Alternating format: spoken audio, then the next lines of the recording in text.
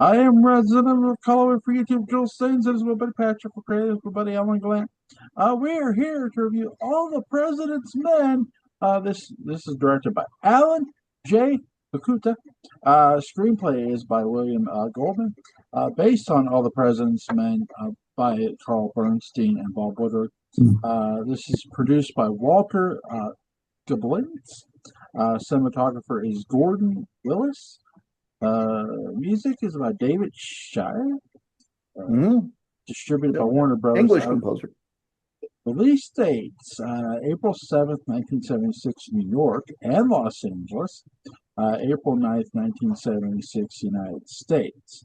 Goddamn new English release. London. Where's the UK release, motherfuckers? Anyway, budget was 8.5 million. Box office was $70.6 million. So this made a lot of money. Alan, when did you first see this? Oh, probably late 70s, early 80s. You would have seen this when it came out. No, It seems like a young Alan Gallant special. Yeah, 76. Now, that was the first summer that I was getting blackout drunk, so no. I was, yeah, no. I might have gone to a drive-in movie once or twice that summer, that spring and summer, but wouldn't have been Woodward and Bernstein. Unfortunately, I was kind of out of it. This was a big wild drive-in type movie, though. Yeah, Roger Corman, bikinis and yes, it's true. The bikini sequence. I got a dog and a cat. Yes. So here's a question for you guys about this. Oh, sorry, Patrick. When did you first see this? Well, oh gosh, it was very late into things. It was, 2005, something like that. Oh my God. And yet my psychic powers stopped it. Yeah. It was 2005.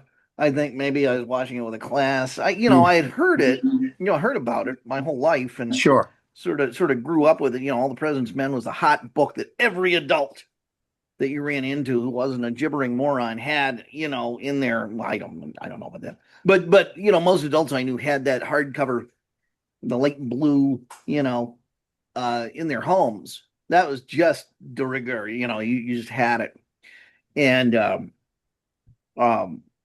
my father had been in the Navy with Bob Woodward.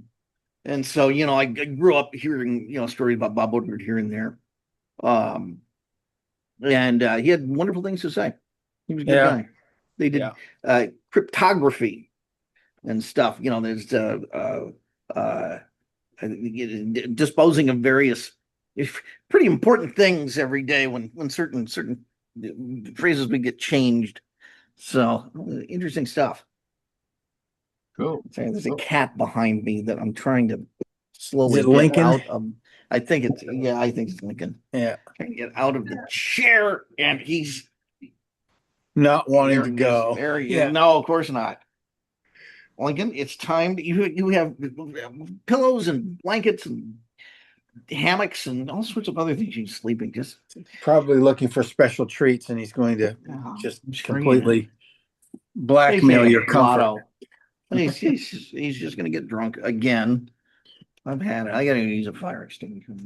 So I do have a question for you guys. So, Alec, because we talked about a series that kind of coincides with this. Yes. So, for those who have never seen this movie, what do you think and the series? What do you think what is the biggest difference between this movie and the series? Well, the series is almost absurdist in places, and this is a very sort of straight telling of the story, and it's also obviously from the perspective of the newsroom and Woodward and Bernstein, along with Ben Bradley and a couple of other folks that are wrestling with whether or not they want to proceed with this story, because it's a huge deal, because they're dealing with the entire government, particularly the presidential administration. Whereas in the series, we're getting a much more intimate view from the point of view of the plumbers, and a fearsome force yes, to reckon with. Fearsome force with a lot of Totally incompetent black humor and incompetence thrown in too. So yeah,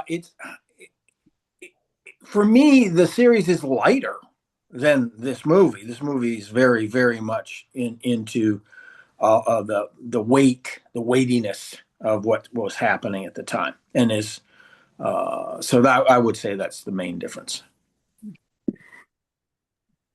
Yeah. It it really is. I mean, because we watch the series and there's a lot of humor within the series. For all the seriousness there is. There is. Well, I mean, there's funny. some It's a funny fearsome, show, crazy stuff in it, but it is a funny show. Yeah. Yeah. Liddy. That's rewatching this movie back. That's what I missed most, Liddy. Yes, actually, I would recommend anybody that wants to watch All the President's Men should go and watch The Plumbers. Should absolutely watch that. It's just a different perspective, and but it's also still based on a lot of historical stuff. It's just dialogued out to be sort of sideways a little bit. Although Ziegler and Liddy was sideways to begin with, so it wasn't very hard stretch there. Yeah, well, Woody Harrelson never ages. So, because I was thinking, a lot of the people who made White House Plumbers were born after Watergate happened.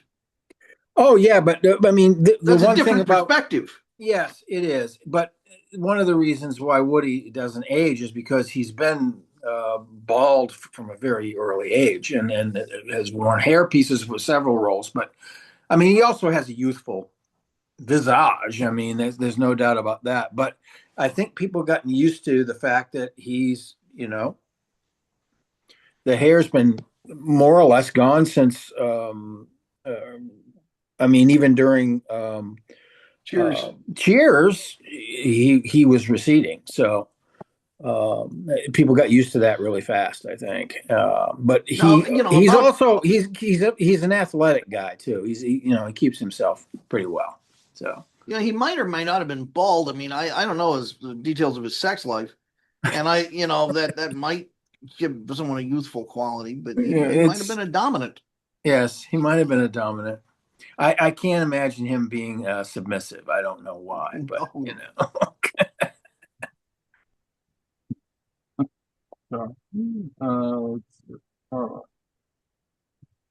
So anyway, highly recommend both of them. See both of them. It's Plumbers is more fun. Yeah, sustainably to watch over a long period.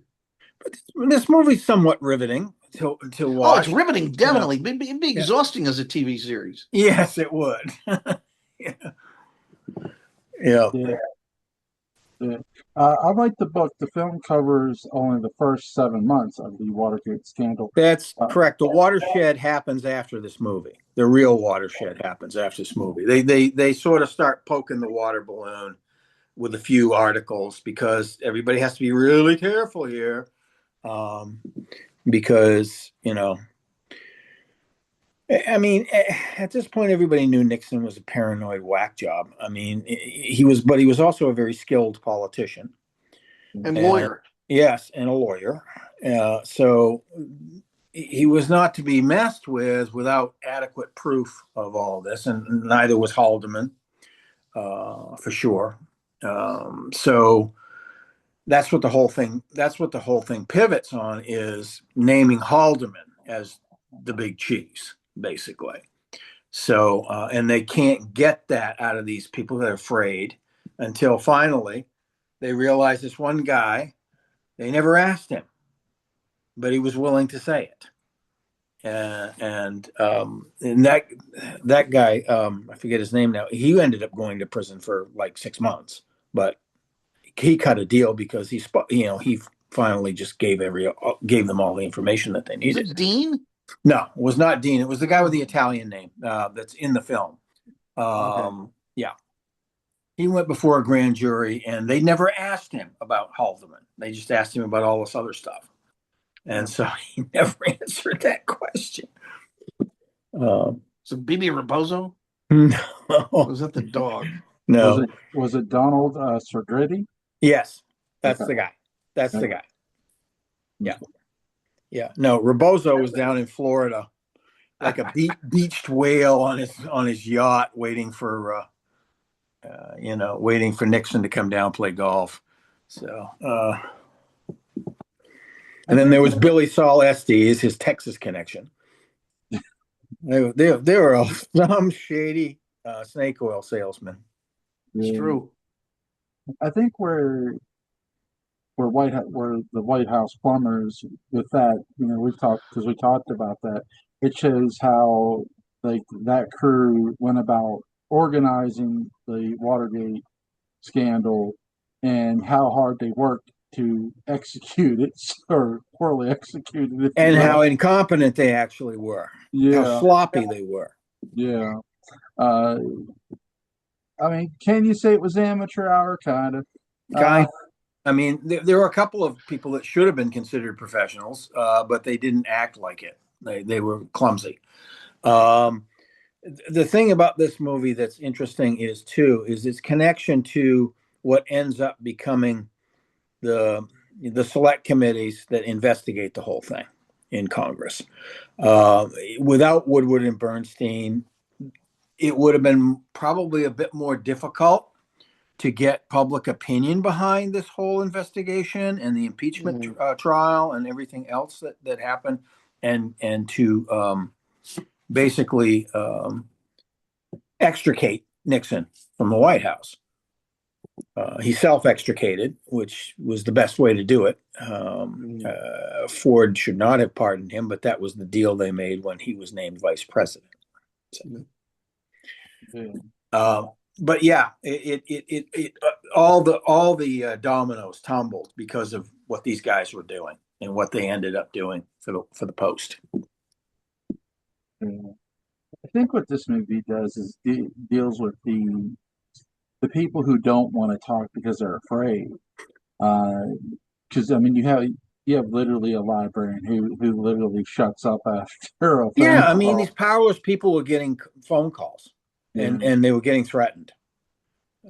So I mean, that's scary stuff for somebody that has absolutely no power in comparison to these people. To quote Dale Gribble, people don't kill, guns don't kill people, the government does. Yeah. Very good. So Redford, Robert Redford, began asking about the Watergate break-in while promoting the candidate.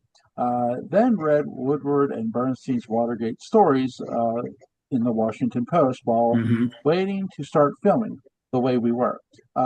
Redford first spoke with Woodward in November of 1972 after the reporter's well-publicized mistake about Hugh Sloan implicating Haldeman in his testimony. H.R. Haldeman. Yeah, in his testimony about the Watergate grand jury. So Redford bought the rights to Woodward and Bernstein's book in 1974 for $45,000. Holy shit! What a deal, even by those standards. Sorry, what a deal.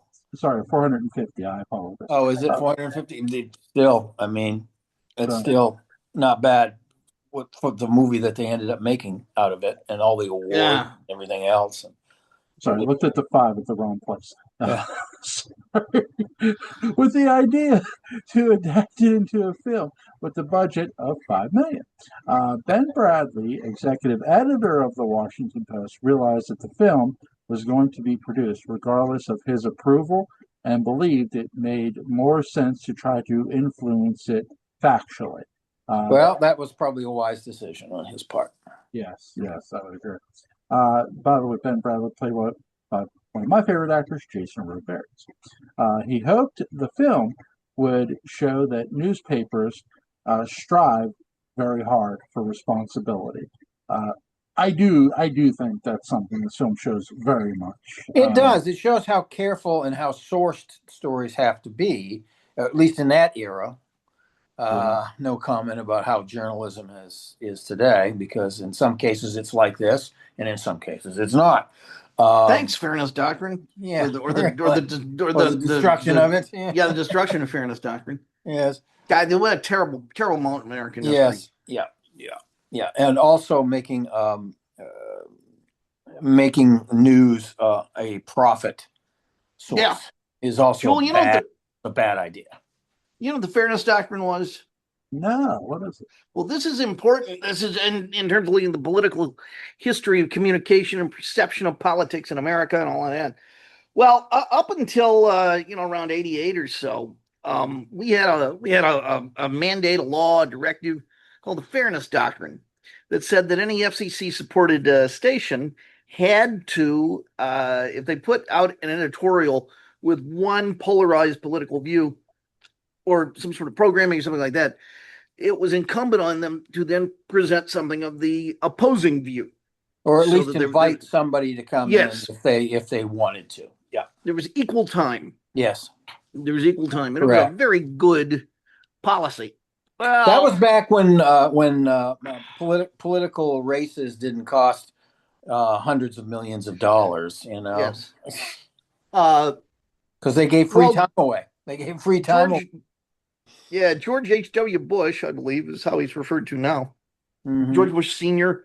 Managed to engineer it going away. Yep. And that's why you got, Rush Limbaugh with no political opponent, Yep. out there just yammering for 3 hours a day. No point counterpoint sort of formatting. Yeah. Liddy and all these other guys. Liddy had the virtue of being funny. Yeah. It's a very funny show. He wasn't always trying to be funny, but he was hilarious. It was very funny, even those gold commercials. Mm-hmm. So that is what gave Fox News the ability to rise and have the temerity to call itself fair and balanced. Yeah. Well, I mean, that's like saying the warm, touchy-feely Hitler. It just doesn't land. So yeah, it changed all of how we talk about and perceive politics, I think, in the U.S. Maybe forever, at least until the Fairness Doctrine's returned, which I think, God, now more than ever. Yes, because newspapers are no longer the primary source of information for most people. That's right. It's broadcast or streaming or any number of those very sad media outlets. So, but the newspaper in Knoxville has shrunk to basically being like a penny saver. Well, a lot of local newspapers have been bought up by the larger conglomerates, which again you couldn't do back in the day. If somebody could only own like 4 or 5 outlets, and they used to get freaked out when a newspaper owned a television station in the same town. It's like it was legal, but it was like, what are you doing? It was that kind of thing. I don't know how legal it was. I think at some point WHAS in Louisville had to get rid of its radio station or split it off into something run by other people. Yeah. And that was tough because the Courier Journal owned both of them. Mm-hmm. So yeah, those are all the Binghams. Yeah, I remember my mentor friend telling me that in Roanoke, the Times ended up owning 2 television stations, and they had to give up one. They had to give up one, and they would keep one. So there was, and there was also state, laws and everything else that might have been slightly different. But yeah, the FCC was much stricter about antitrust, basically, not allowing a family to, a mogul family to own a whole bunch of newspapers, like 150 of them, like, some of these outlets do now. The Orlando Sentinel is like that. It's owned by a Chicago conglomerate, and it's barely local anymore. Interesting point of truth from libertarians, which you don't hear that phrase very often, but nevertheless. Monopoly is a term that's thrown around a little too loosely, but when you have the FCC involved, it's not. A monopoly only exists with government interference. What you have otherwise is called a single sellership. If someone is in a community and they're the only person offering it, but there is no law barring someone else from doing the same thing, that's a single sellership. Right. So kids, you got a vocab tip that you can use rhetorically at some point in your life Yeah, if you want to. it's true. It only gets messy when that single ownership starts to influence pedal, and Oh, it's not good. I mean, I'm not yeah, saying it's and good. then it It's just becomes technically it's a something different else. term. Yeah, Yeah. yeah, you're right. So Redford hired William Goldman to write the script in 1974. Goldman, Great What job. an excellent job he did too. He really knocked it out of the park. Yeah. he said that Woodward was extremely helpful to him, but that Bernstein was not. Goldman wrote that his critical decision regarding the screenplay's structure was a discard the second half of the book after he delivered his first draft in August of '74. Warner Brothers agreed to finance the film. So Redford, let's see, where's that? Was not initially happy with Goldman's first draft, but Woodward and Bernstein read it and also did not like it. Redford asked for their suggestion, but Bernstein and his then girlfriend, writer Nora Ephron, Efron. Efron. Yeah. wrote their own draft. Redford showed this draft to Goldman, suggesting that it might contain some material he could integrate, but Goldman later recalled Redford's acceptance of the Bernstein Efron draft a gutless betrayal. Redford later expressed dissatisfaction with the Bernstein Efron draft, saying a lot of it was sophomoric and way out of beat. So This was back when Efron was sort of just starting out as a screenwriter. She became very good screenwriter later on. She did. In her genre. So if you want to see their relationship, you can see the movie Heartburn. Yes. Where Carl Bernstein is played by Jack Nicholson. Mm-hmm. Yeah. And for those who don't know, William Goldman was his first screenplay was Butch Cassidy and the Sundance Kid. So that's where they got that. And his brother James wrote The Lion in Winter. So this ink ran in this family's veins, basically. And he also, William did Princess Bride as well. Princess Bride, but he also wrote probably the best book on Hollywood I think I'll ever read and filmmaking, Adventures in the Screen Trade, ostensibly about authorship, but it's about a lot of other things. It's about, how Hollywood really works. Just as he wrote the best book on Broadway that probably will ever be written, called The Season. That's right. The Season 60s. Was a classic. Absolutely classic. Anybody that's interested in the golden age of New York theater, which would have been in the 50s and 60s, really huge. I mean, there were other golden eras, but that was a golden era. Should read that book. To me, Hal Holbrook steals this movie. He makes those meetings creepy. Steve Threat. Because I mean, when Robert Redford's character, when Bob Woodward goes to meet him, like he's like look around like, am I gonna get shot? you had to wonder if that was probably going through Woodward's mind. Like, am I gonna get capped here? I mean, in the parking garage. I mean, that's not a safe place at night. Anywhere, anywhere. My God. Jack Ward knows. I mean, he's so good in this movie. All those editors are really good, but yeah, he's particularly good because he's the cigar chomping bullpen guy type. He's the guy down. He's on the floor and whereas Bradley's in an elevated position, but he's down on the floor with these other guys trying to figure out how to actually put a paper together. He and Jason Robards were both only 22 when they made this movie. And life was tough back then. I think Robards had a bottle of scotch that was 22, but that's about the size of that. That's it. You're only as young as the scotch you drink. That's right. Oh my God. This is awful. Oh my God. So let's see here. Casting. Redford first selected Al Pacino to play Bernstein, but Wow. later decided that Dustin Hoffman was a better fit for the role. Jason Robards was Oh, always Redford's first choice for Ben to play Ben Bradley. However, Bradley had recommended George C. Scott for the role, and he was somewhat unimpressed when Robards visited the post. Yeah. um, hey, good actor, good actor. Yeah. See, Bradley told Robards, "Just don't make me look like an asshole." At, Yeah, that's a good suggestion. at first, Pecula was worried that Robards could not carry Bradley's easy and elegance. He did. Uh, and command authority. He did.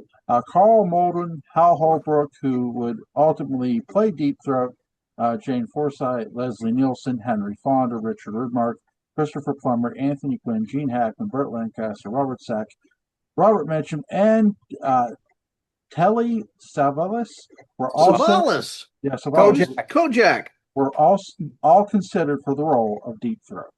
So there you go.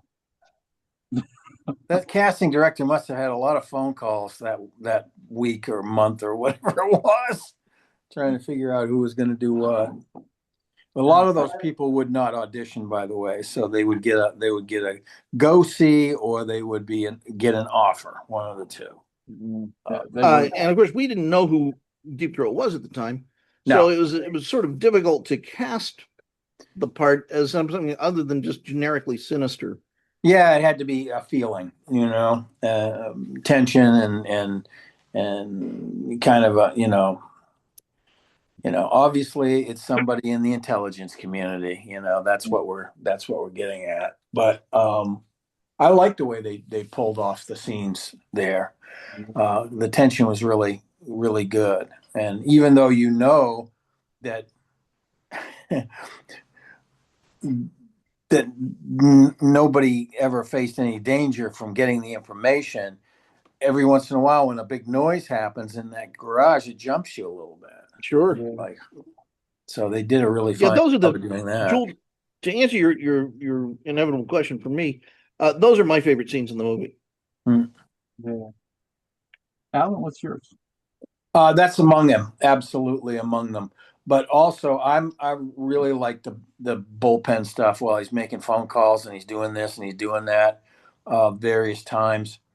It's a very kinetic movie. It's very kinetic, and it's also reminiscent. One of my mentors was a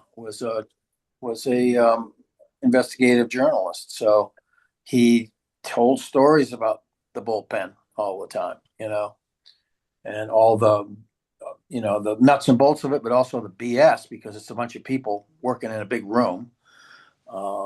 So people are calling each other on the phone, and as well as trying to call sources and doing all sorts of other stuff. So that was fascinating for me to see that again. It'd been a long time since I'd seen this movie. It had been since the '80s, I think, since I'd seen the whole movie. So Robert is Ben Bradley looking at the newspaper and redlining what gets edited out like a true editor does. Um, really, really good job. I thought he played Ben Bradley excellently. Uh, did a damn good job. So yeah, those are stressful decisions that the head editor has to make. yeah. And his butt's on the line if something goes wrong, as he states many times when he's dealing with these semi-rookies, because that's what they were. They were very young at the time. They'd only been on the paper for a short period of time. And but that's why I like Jack Warden's character, because he goes to bat for him, which makes sense, because the editor publishers are going to make a lot. They're going to ask a lot of questions. Are these guys really going to be able to pull this off? I mean, they're rookies basically. So that's going to be a huge concern. Yeah, Jack Warden's crazy, like a fox. Yeah. Played some of the great sports movies too. So Heaven Can Wait. Anybody? So yeah. My favorite scenes is not just the bullpen stuff, because that is really good, But how many times they keep thinking, now, are we ever actually going to be able to break the story? Because nobody's willing to. Everybody kept Talk, changing their yeah, tune, or right? Or confirm. talk or confirm anything. And when they realize they messed up, and I love this. My favorite scene is when they go to Ben Bradley's house. I don't know if that's real or not. I don't know if that's sister. It's pretty close to reality. They got to a point where they knew they were being bugged Yeah, and being and followed and everything else. I really love that they make their own onus. Hey, we fucked up a bit. You Yeah, know, I love that because it's like, okay, reporters make mistakes too, and yeah, they're human, just like you or I. And it gives that whole element to the movie because that scene to me. I mean, they're human throughout the movie, obviously, but they keep getting the rejection. But now they've made a mistake, and this is how they're going to fix it with right, facts. And I right. like that aspect. Yeah, Deep and Throat lays it out for him. Bradley plays loyalty politics with him a little bit because he's already passed the note that says we stand by the story to his editors. Yeah, So that's already done. But he plays a little bit of politics with him and slaps him on the hand a little bit and says, yeah, "Don't do it again. Don't screw up again." yeah, So that they have an appreciation for the fact he's sticking his neck out. yeah, yeah. I give this movie a 12, guys. What do you guys give it? Oh yeah, it's Same thing. Yeah. fabulous movie. It's a real standout movie of '76 along with Network. Mm-hmm. Uh, Oh, what a good year. yeah. Taxi Driver. Yes. And Yes, yet Rocky gets Best Picture. Yes. God. Well, I mean, it was something that grabbed the imagination of a lot of people too. So, The Network. yes, I agree. I think well, Network was probably the picture of the year. well, think about it. Here's this kid named Slim who literally comes from nowhere, in a sense. In a And sense, he does. Yes, yeah, he's only done a few things at this point. I mean, it's written right out of Hollywood sense. His story, Yeah. the way he He, did it. he likes to tell the story like it was like he came out of the woodwork, but he'd already done Death Race 2000, And and he'd Party already at done Kitty and Studs. Lords of the Flatbush, and also the movie that was Party. renamed The Italian Stallion. Yes, Yeah. yes. So he'd done a few paying gigs, although I don't think they paid so much that he wasn't broke most of the time trying to make it big. So Yeah. And Rocky was his ticket, man. I it mean, was. Well, that's good for him. It Yeah. doesn't make it a better movie than No, Network it's or not a better. All It's the not a better President's Men movie or than Taxi Network. Driver. No, I no. give him credit for passing. I mean, because Carl Weathers was a hell of an Oh, actor. Carl Weathers is magnificent. Thayer Yes. David, for Christ's sake. Yes. Yes. Yeah. And And they almost had each other's parts. it's right. Thayer David was Apollo Except Creed. it was originally the character was called Apollo Bleed Oh my Apollo God. when Thayer had the role. Oh my God. My God. But also Burgess Meredith. Let's not forget the yeah. great Burgess Meredith is in this film as well, in Rocky as well. So I As mean, Adrian. yes. Yeah. Yeah. Yeah. Sure. Come on, How Rock. You how can you do it. shot Yeah. Rock, you son of a bitch. You're never going to win a fight again. He'll kill you. This guy's an animal. Oh my gosh. Oh my gosh. Yeah. Yeah. My favorite Burgess Meredith movie is the real story of G.I. Joe, which he plays a war correspondent, actually. Really good movie. I mean, of Mice and Men, Yep. um, great career, an amazing career. Yeah. Lots of really good television shows that he did that he just elevated everything that he was in. Such good friends. Yeah. With his nude scene. Yeah. Tomorrow we're gonna cover 1970 Parallel Time with Samantha. Yes. So there's that Patrick, I believe, or I don't know Yes. whose turn is It's it my for turn. Sunday? Yes. It's my turn because you did this, and Alan did the Bruce Campbell picture of Yes. Bubba Hogan. Bubba. Yeah. I say let's stick with the theme. Let's do Nixon. Okay. Oliver Stone's Okay. Nixon. Oliver Stone's Nixon. Great. Fabulous. Joel, have you ever seen it? No, I have not. Good movie. It's a great movie. It's a really good performances in it. Anthony Hopkins, fantastic. He God, he's good. captures the energy of Nixon perfectly. He's not trying to look exactly like him, although he looks similar to him. But the energy and the posture and everything else, it's and the awkwardness of Nixon. He was such a socially awkward person. But he doesn't steal the movie. You know who He does? doesn't. Joan Allen. No, that's right. That's right. She's wonderful as Pat Nixon. My God. Yes, she is. And I think one of the reasons he Oh, doesn't steal the movie too is he's not trying to. He's, you know, No, it's an ensemble piece. It's totally an ensemble. Yes.